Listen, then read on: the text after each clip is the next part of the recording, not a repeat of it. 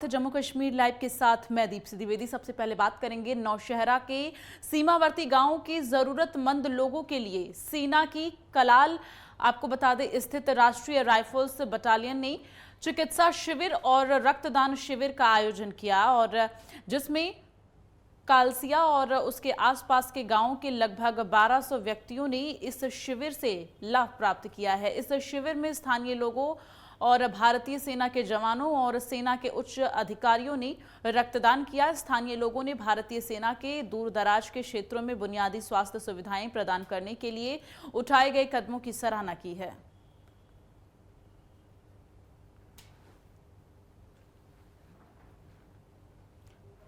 तो सेना के उठाए गए कदम की सराहना हो रही है। रक्तदान शिविर का आयोजन किया गया था नौशहरा में, जहां पर गांव के 1200 लोगों को इसका लाभ मिला है।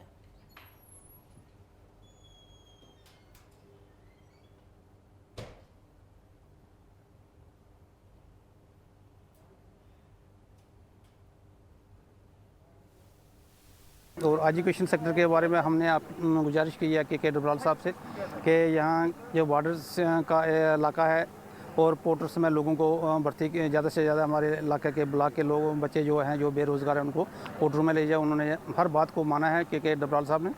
तो मैं ये गुजारिश करूँगा कि आगे भी ऐसे कैंप चलते रहें तो लोगों को थोड़ा सा हौसला अफजाई होती रहे। धन्यवाद। ये हमारी भारतीय सेना जो है वो हर टाइम समय पे समय हमारे साथ चलते रहे और हमारा भी ये फ़र्ज बनता था कि हम भी अपनी भारतीय सेना के साथ कंधे के साथ कंधा लगाकर चलें और हम भी चले और आगे के लिए भी ये नहीं कहते कि पीछे चले, लेकिन आगे के लिए भी हम कहते हैं जब भी कभी भारतीय सेना को हमारी सिविलियन की ज़रूरत पड़ती है तो हम बढ़ चढ़ कर हिस्सा लेने वाले लोग हैं। देखा था कुछ एक मेडिकल कैंप वगैरह का प्रावधान नहीं था और हम मौके मौके पर ये दायरा लेते रहते हैं कि किस जगह पे कौन सी चीज़ की ज़्यादा ज़रूरत है। इसके लिए हम आपके सरपंच और ब्लॉक चेयरमैन साहब की एडवाइस का भरपूर प्रयोग करते हैं ताकि हम आप लोगों की सही ज़रूरत को समझकर उसको एड्रेस कर सकें।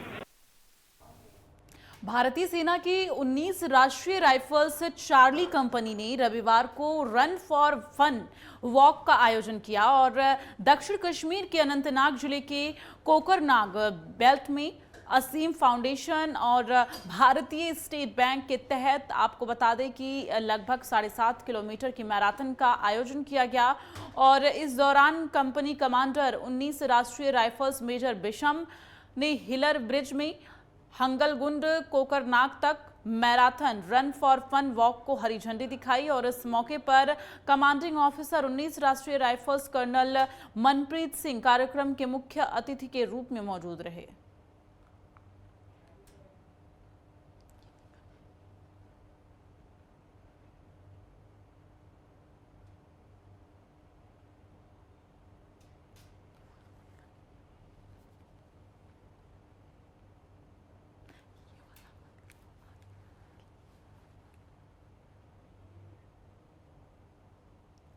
तो 7.5 किलोमीटर की मैराथन का आयोजन किया गया था जहां कर्नल मनप्रीत सिंह मौजूद रहे और रन फॉर फन वॉक का ये आयोजन किया गया था।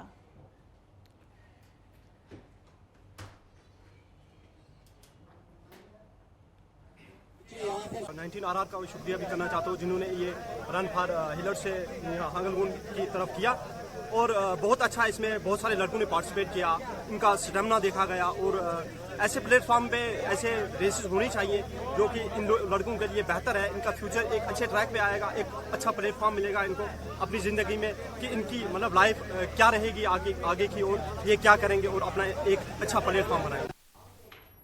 केंद्रीय गृह मामलों, युवा मामलों और खेल राज्य मंत्री निशिथ प्रमाणिक ने 3 दिवसीय क्रिकेट टूर्नामेंट का उद्घाटन करने के लिए अवंतीपोरा क्षेत्र का दौरा किया, जहां उन्होंने अपने भाषण के दौरान खिलाड़ियों को प्रोत्साहित किया और निशिथ प्रमाणिक ने कहा कि अवंतीपोरा क्षेत्र में खिलाड़ियों की इतनी बड़ी भीड़ देखकर उन्हें खुशी हुई और उन्होंने भाग लेने वाले खिलाड़ियों को शुभकामनाएं भी दी हैं। उनके साथ डीसी पुलवामा बसीर उल हक चौधरी और एसएसपी अवंतीपोरा और साथ ही जम्मू कश्मीर युवा सेवाओं और खेल के शीर्ष अधिकारी भी थे। तो डीसी पुलवामा बसीर उल हक ने खिलाड़ियों की सराहना की है और कहा कि पुलवामा में देश के अन्य हिस्सों की तुलना में सर्वश्रेष्ठ एथलीट हैं। तो 3 दिवसीय क्रिकेट टूर्नामेंट का उद्घाटन किया गया, जहां खेल राज्य मंत्री ने इसका उद्घाटन किया है। अवंतीपोरा क्षेत्र में इस टूर्नामेंट का आयोजन किया गया था, जो 3 दिवसीय क्रिकेट टूर्नामेंट है।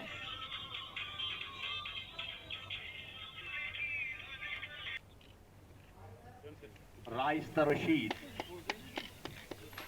ये चीज करने में बिल्कुल भी जो है वो हिचकिचाऊंगा नहीं कि जो टैलेंट पुलवामा के अंदर है शायद वो पूरे देश के अंदर कहीं नहीं है।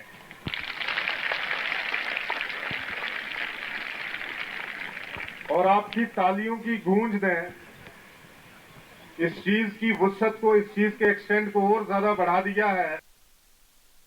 किश्तवाड़ में JKAACL ने आजादी का अमृत महोत्सव के तहत गुलाबगढ़ पद्दार में शानदार सांस्कृतिक कार्यक्रम आयोजित किया और कार्यक्रम का संचालन अपर सचिव JKAACL संजीव राणा और सांस्कृतिक अधिकारी JKAACL गुलाब सेफी के मार्गदर्शन में किया गया और पद्दार क्षेत्र के विभिन्न हिस्सों के स्थानीय कलाकारों ने शानदार प्रदर्शन के माध्यम से अपनी प्रतिभा का प्रदर्शन किया। कार्यक्रम का उद्घाटन वरिष्ठ स्थानीय कलाकार जोधराम भगत ने, BDC अध्यक्ष अर्पण सिंह, DDC सदस्य हरिकृष्ण चौहान, SDM पद्दार वरुणजीत सिंह चरक ने और इनके अलावा अन्य कलाकारों की उपस्थिति में किया गया और स्थानीय पारंपरिक नृत्य के खड़जात, घुरी और शांगली रूप कार्यक्रम का मुख्य आकर्षक बने रहे।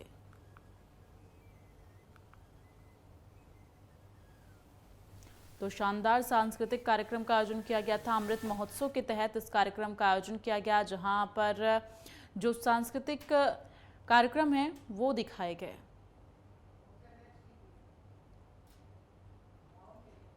बांदीपुरा में बीजेपी की बैठक हुई, जिसमें भाजपा के राष्ट्रीय सचिव डॉक्टर नरेंद्र सिंह ने भाग लिया और इस कार्यक्रम में उत्तरी कश्मीर और बांदीपुरा के कई वरिष्ठ बीजेपी नेता मौजूद रहे। इस मौके पर कई लोग बीजेपी में भी शामिल हुए। बैठक में डॉक्टर रविंद्र सिंह ने कार्यकर्ताओं से घर घर जाकर भाजपा के प्रदर्शन को उजागर करने और पार्टी को मजबूत करने का आग्रह किया है, ताकि आने वाले चुनाव में बीजेपी सभी पार्टियों पर, जो अन्य सभी पार्टियां हैं, उन पर बढ़त हासिल कर सके।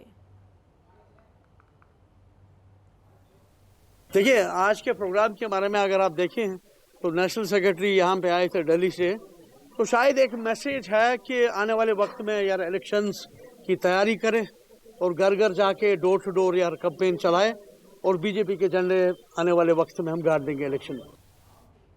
वहीं हंदवाड़ा के बाटागुंड, शानू और आसपास के अन्य क्षेत्र के निवासियों ने RNB डिवीजन हंदवाड़ा के खिलाफ विरोध प्रदर्शन किया। मीडिया से बातचीत करते हुए स्थानीय निवासी ने कहा कि कुछ महीने पहले नाला मावर में बाढ़ के कारण पुल क्षतिग्रस्त हो गया था। उस समय हमारे योग्य उपायुक्त इमामुद्दीन ने हमें आश्वासन दिया था कि कुछ दिनों के अंदर हम इस पुल का पुनर्निर्माण करेंगे, लेकिन आज तक पुल की हालत जो है जस की तस बनी है। जी, हम बड़गुंड मावर के बाशिंदे हैं, बड़गुंड के रहने वाले हैं हम। वहाँ पे करीबन मार्च में हमारा ब्रिज जो है वो टिल्ट हुआ था, तो तब से आज तक 6 महीने हुए हैं, लेकिन इट्स अनफॉर्चुनेट कि एग्जीक्यूटिव इंजीनियर साहब ने एक बार भी वहाँ पे विजिट नहीं किया। वर्दी DC साहब वहाँ पे आए हैं 2-3 बार। उन्होंने एक बार हमसे प्रॉमिस किया था कि सिर्फ 5 दिन के अंदर अंदर यहाँ पे जो है इस ब्रिज की सॉइल टेस्टिंग होगी। एंड एवरीवन नोज कि ये सॉइल टेस्टिंग और जो ब्रिज की जो भी कंस्ट्रक्शन होगी ये एक लंबी प्रोसेस है। तो अभी तक उसमें एक भी जो है कंसर्न डिपार्टमेंट ने विजिट नहीं किया है, सॉइल टेस्टिंग अभी इनिशिएट भी नहीं हुई है। तो आप खुद सोच सकते हैं कि अभी तक उसमें कितना टाइम लगे। अनंतनाग में समाज से नशीली दवाओं के खतरे को मिटाने की पहल में दुरू नागरिक मंच ने सरकार के सहयोग से नशा मुक्ति जागरूकता कार्यक्रम का आयोजन किया। कार्यक्रम का मुख्य उद्देश्य छात्रों को नशे की गंभीरता के बारे में जानकारी प्रदान करना था। कार्यक्रम में अन्य अतिथि, वरिष्ठ नागरिक, छात्र और अन्य स्वयंसेवकों ने भाग लिया और आपको बता दें, वक्ताओं ने युवाओं को शराब, नशीली दवाओं और मादक के सेवन के खतरे के बारे में शिक्षित करने के लिए इस तरह के कार्यक्रम का आयोजन किया। उन्होंने स्कूल प्रबंधन और शिक्षकों से बच्चों पर अधिक ध्यान देने और छात्रों को नशे में गिरने से रोकने के लिए सक्रिय कदम उठाने का आग्रह किया है। दुरू नागरिक मंच के वक्ता जावेद अहमद खान ने नागरिक समाज से आगे आने और इस सामाजिक खतरे को खत्म करने की मदद की अपील की है।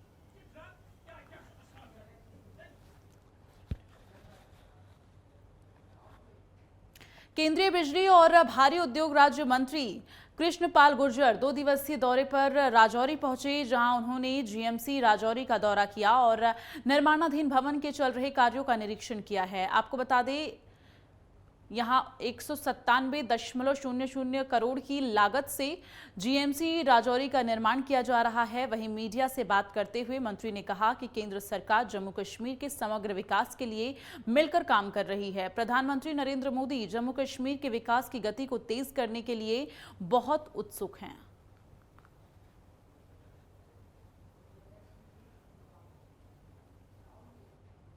कुलगाम में अंतर क्षेत्रीय जिला स्तरीय खेलकूद प्रतियोगिता का शुभारंभ हुआ। दरअसल जिला विकास आयुक्त डॉक्टर बिलाल मोही ने खेलकूद प्रतियोगिता का उद्घाटन किया और ये टूर्नामेंट युवा सेवा एवं खेल विभाग की ओर से आयोजित किया जा रहा है, जिसमें वॉलीबॉल और कबड्डी, खो-खो 3 खेलों की प्रतियोगिताएं आयोजित हो रही हैं।